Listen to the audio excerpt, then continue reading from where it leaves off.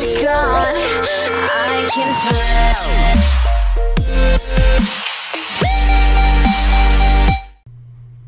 Hey, how's everyone doing? Alexis Black here, coming at you with the top 10 tweaks of 2014 for iOS 7. Now these tweaks are not listed in any particular order. All of these are great and amazing tweaks, and if you're interested in any of these, just be sure to download these tweaks.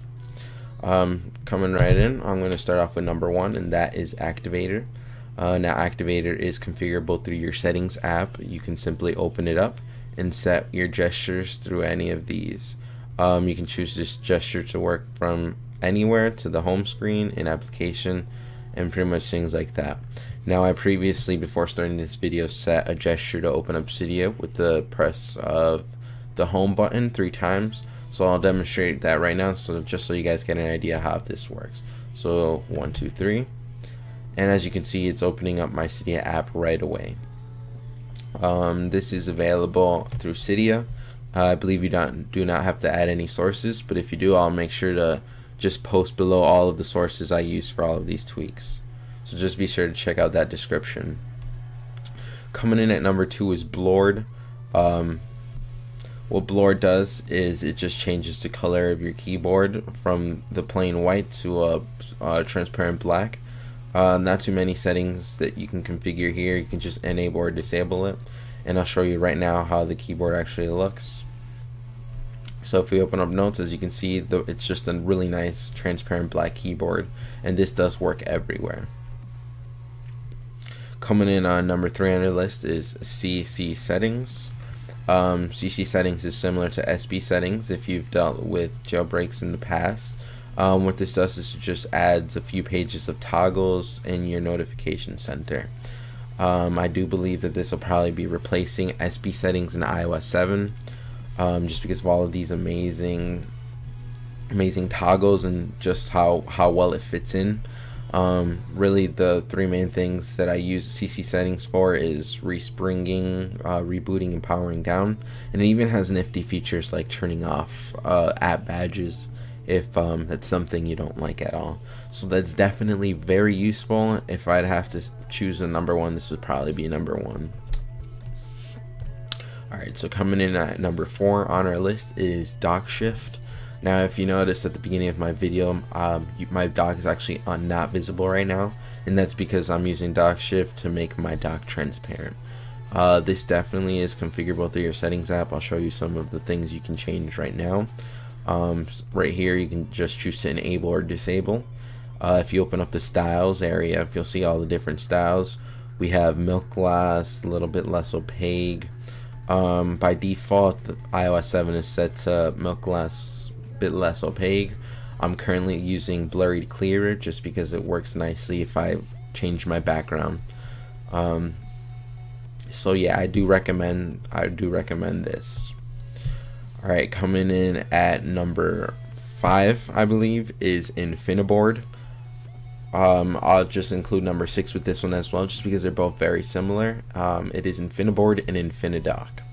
What these allow you to do is pretty much add an infinite amount of icons on either your springboard or your dock.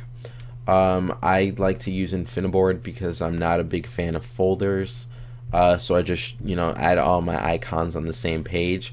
I'll show you an example right now that this does work. I'll just move my Netflix application over here, and as you can see, instead of pushing an icon over here, it simply just added the icon on the first page and pushed everything down. It's kind of a nice scroll feature I like to use. Definitely very useful. Now with InfiniteDock, it's similar to Infiniboard, but instead of giving you unlimited icons on your board, you have infinite icons on your dock. Very useful if you're like me and like to hide things away related to jailbreaking. I have my Cydia and stuff all listed here below. By default, Winterboard, things like that. Alright, so next on our list is the lock screen tool. I'll demonstrate right now what this allows you to do. If we open up the lock screen right here, you'll see that instead of saying slide to unlock, I'm giving my name, and also I don't have that buggy camera icon on the bottom right. Now this is configurable through settings. I'll show you that right now. So we have the lock screen tool. Here you can choose to write custom text there. I just have my name. And then here we have other options such as hiding the buttons. Very amazing, useful tweak if you just want to add a little something to your lock screen to show people your phone's jailbroken, so I do recommend that. Next is NCAllOnly. Now if you're like me and hate the new iOS 7 notification center where you have those 3 pages, this thing right here, this can get very annoying. So with this tweak, NCAllOnly, you can choose to shut those off. So as you can see here, I just deselected those, and now when we bring down our notification center, it will just give us all the notifications. Kind of reminds me of the old iOS 6, so if that's something you're missing, I do recommend this. Next on our list is TetherMe. What TetherMe allows you to do is actually tether your 3G network to other devices such as your iPad, even your computer. Now I don't recommend this if you're actually running on a limited data plan. This is mostly for people running old grandfathered unlimited data plans. I currently believe Sprint has unlimited data, so this is something you could use for that. Alright, last on our list is number 10, and that is Zeppelin.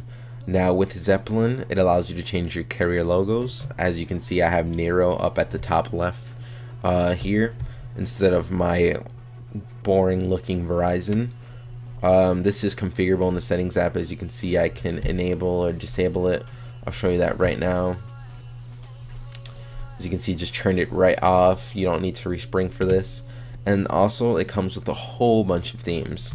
More are available through the Cydia app. You can just look up the packs if you'd like. If you're interested in my dubstep one, it's named Dubstep Carrier Logo Pack. Comes with amazing ones. Right now I'm using Nero, just my favorite one, but they have some awesome stuff like Mount Eden, Monster, things like that. Alright, so that pretty much wraps up all of the Cydia tweaks for this video. Like I said, I tried to include as many tweaks as I possibly could that aren't really too common in other videos. This is pretty much the ones I wanted to include. It pretty much wraps up the end of this video, guys. If you did like this video, remember to like, subscribe. It helps me out a ton.